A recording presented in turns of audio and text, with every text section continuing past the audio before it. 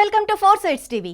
స్వర్గీయ నందమూరి తారక రామారావు విశ్వవిఖ్యాత నట సార్వభౌముడే కాదు, తెలుగు ప్రజల ఆత్మ గౌరవాన్ని విశ్వవ్యాప్తం చేసిన మహానేత. నటుడిగా, రాజకీయ నాయకుడిగా ఉన్నత శిఖరాలు అధిరోహించిన ఆయన జీవితాంతం పట్టుదల, క్రమశిక్షణతో జీవించారు. ఎన్టీఆర్ ప్రవేశంతో తెలుగు సినీ చరిత్ర గతి మారింది. ఆయన పొలిటికల్ ఎంట్రీ తెలుగు నేల మీద రాజకీయ గతిని మార్చింది.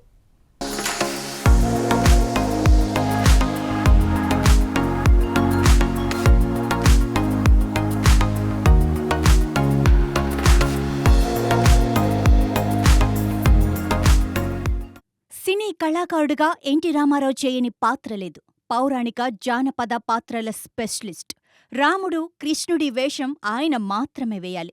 ఆ పాత్రలలో ఆయన తప్ప మరొకరిని ఊహించుకోలేం.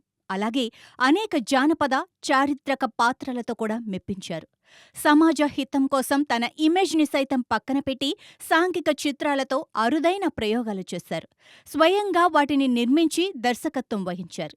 హీరోగా కెరీర్ ఉచ్చస్థితిలో ఉన్నప్పుడే బడిపంతులలో వృద్ధుడి వేషం వేశారు. కలిసి ఉంటే కలదు సుఖంలో అవిటివాడిగా కనిపించారు. రక్త సంబంధంలో సావిత్రికి అన్నగా ట్రాజడీ పాత్ర పోషించారు. ఈ తరం నటులు ఆ సాహసం చేయగలరా?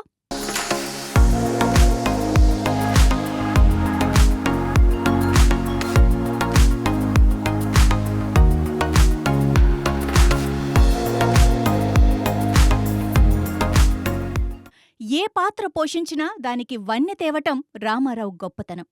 శ్రీరాముడు, శ్రీకృష్ణ పాత్రలే కాదు, రావణాసురునిగా, దుర్యోధనుడిగా కూడా అదే స్థాయిలో మెప్పించాడు. పౌరాణిక విలన్లలో కూడా హీరోయిజం ప్రదర్శించటం ఆయనకే చెల్లింది. దుర్యోధనుడితో డ్యూయెట్ పాడించటం కూడా రామారావుకే చెల్లింది.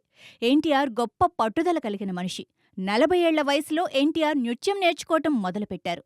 ప్రముఖ కూచిపూడి డాన్సర్ వెంపటి చినసత్యం దగ్గర ఆయన నృత్యం నేర్చుకున్నారు.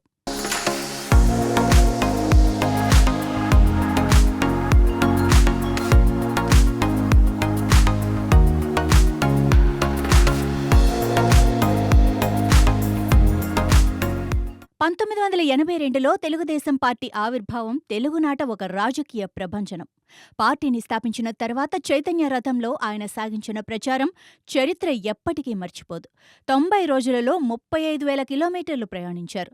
అది ఒక ప్రపంచ రికార్డు. కుమారుడు హరికృష్ణ చైతన్య రథానికి సారథిగా వ్యవహరించారు.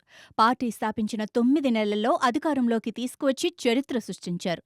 పేదల పక్షపాతిగా, అన్నగారిగా కోట్లాది తెలుగు జన హృదయాలలో ఆయనది చెరగని ముద్ర. నేడు తెలుగు రాష్ట్రాల ప్రజలు ఇంతటి రాజకీయ చైతన్యంతో ఉన్నారు అంటే ఎన్టీఆర్ పాలనా సంస్కరణలే ప్రధాన కారణం.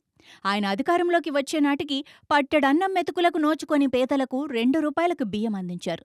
తద్వారా లక్షలాది మంది నిరుపేదలకు 3 పూటలా అన్నం పెట్టిన దేవుడయ్యారు. ఎన్ని ఆర్థిక ఇబ్బందులున్నా ఈ బియ్యం పథకాన్ని ఆపలేదు.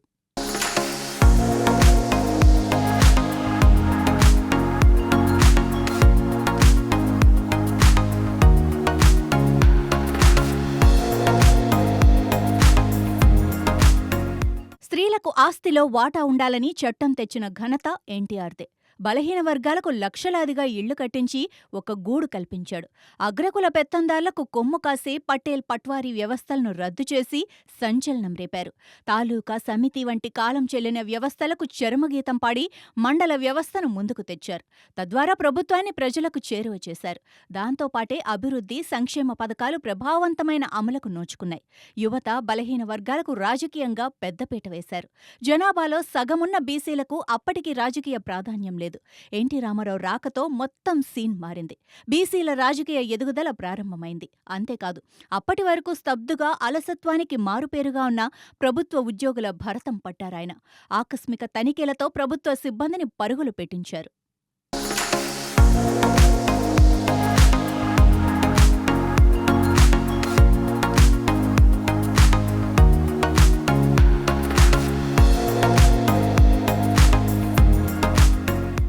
మండల వ్యవస్థ రద్దుతో పాటు మద్యపాన నిషేధం వంటి ఎన్నో సాహసోపేత నిర్ణయాలు తీసుకున్నారు. 1994లో ఎన్టీ రామారావు రెండోసారి ముఖ్యమంత్రిగా ప్రమాణ స్వీకారం చేసిన రోజే మద్యపాన నిషేధాన్ని విధించారు. జూన్ 1, 1995 నుంచి సంపూర్ణ మద్య నిషేధం అమలు చేస్తున్నట్లుగా ప్రకటించారు. మాట ఇచ్చారంటే ప్రాణం పోయినా దానికి కట్టుబడే మనిషి ఎన్టీఆర్. చేసే పనిలో ధర్మముంటే చాలు, సమాజం ఏమనుకున్నా ఆయనకు డోంట్ కేర్. తన సహధర్మచారిణి బసవతారకం మరణం తర్వాత తన బాగోగులు చూసే తోడు కోసం 70వ ఏట ద్వితీయ వివాహం చేసుకున్నారు. ఆ నిర్ణయాన్ని కుటుంబ సభ్యులంతా ఏకమై వ్యతిరేకించినా వెనక్కి తగ్గలేదు. లక్ష్మీపార్వతి మెడలో 3 ముళ్లు వేశారు.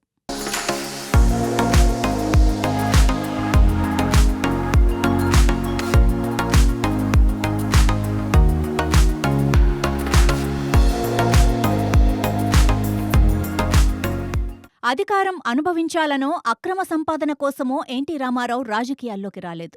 నిస్వార్థంగా ప్రజలకు సేవ చేయాలని వచ్చారు. తన 60వ ఏట సన్యాసిలా ముఖ్యమంత్రి పీఠం అధిష్ఠించారు. కాషాయ వస్త్రాలు ధరించారు. సీఎంకి వచ్చే జీతభత్యాలు కూడా వద్దన్నారు. జీతంగా కేవలం ₹1 తీసుకున్న ముఖ్యమంత్రి ఆయన ఒక్కరే.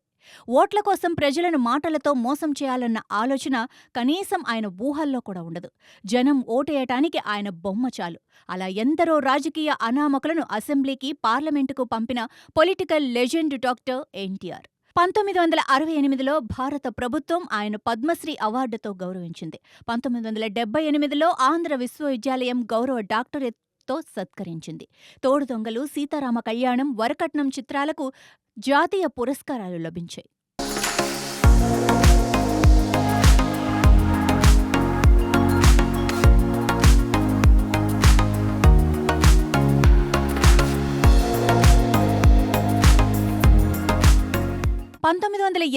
మే 28వ తేదీన లక్ష్మయ్య, వెంకటరామమ్మ దంపతులకు కృష్ణా జిల్లా నిమ్మకూరులో ఎన్టీ రామారావు జన్మించారు. 1942 మేలో తన 20వ ఏట మేనమామ కూతురు బసవతారకంతో వివాహం జరిగింది. వారికి 11 మంది సంతానం, 7 కుమారులు, 4 కుమార్తెలు.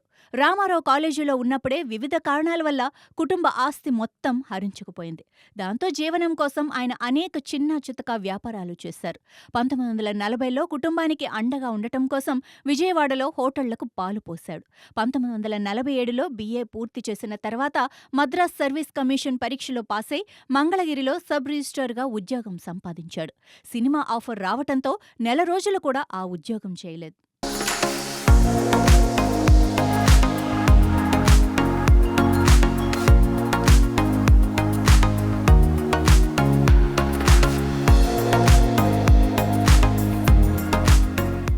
నిర్మాత BA సుబ్బారావు ద్వారా రామారావుకు తొలి అవకాశం లభించింది. పల్లెటూరి పిల్ల సినిమా కోసం ఆయన్ని కథానాయకుడిగా ఎంపిక చేశారు. కానీ కొన్ని కారణాల వల్ల సినిమా వెంటనే మొదలవలేదు.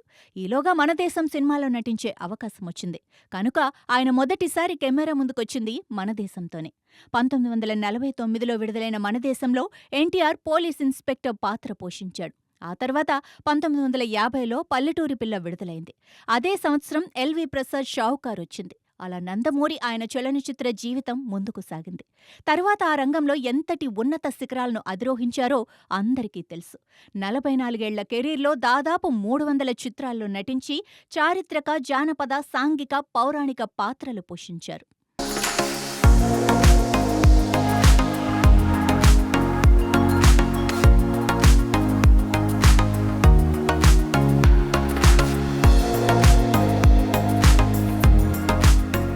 తెలుగువారి ఖ్యాతిని ప్రపంచానికి చాటిన ఎన్టీ రామారావుకు భారతరత్న పురస్కారం ఇవ్వకపోవటం ఒక లోటు. భారతరత్న ఇవ్వాలనే డిమాండ్ చాలా కాలంగా ఉంది. రాజకీయ, కళా రంగాలలో విశేష సేవలందించిన ఆయన కన్నా ఎవరు దానికి అర్హులు? ఆయనకు అవార్డు లభిస్తే మొత్తం తెలుగు జాతికిచ్చినట్టే. కానీ ఆయన మరణించి ఇన్నేళ్లైనా ప్రభుత్వాలకు ఈ విషయం గుర్తురావట్లేదు. ఆ రాజకీయ దిగ్గజానికి భారతరత్న ప్రకటించకపోవటం ఆశ్చర్యం. దీని వెనుక ఏదైనా రాజకీయ కోణముందా అనే అనుమానం కలగకమానదు. ఏదేమైనా విశ్వవిఖ్యాత నటసార్వభౌమునికి ఆ అవార్డు ఇచ్చినా ఇవ్వకపోయినా జనహృదయాలలో ఆయన ఎప్పటికీ భారతరత్నమే. మే 28 ఎన్టీఆర్ 101వ జయంతి. ఈ సందర్భంగా ఆయన్ను మనందరం స్మరించుకుందాం.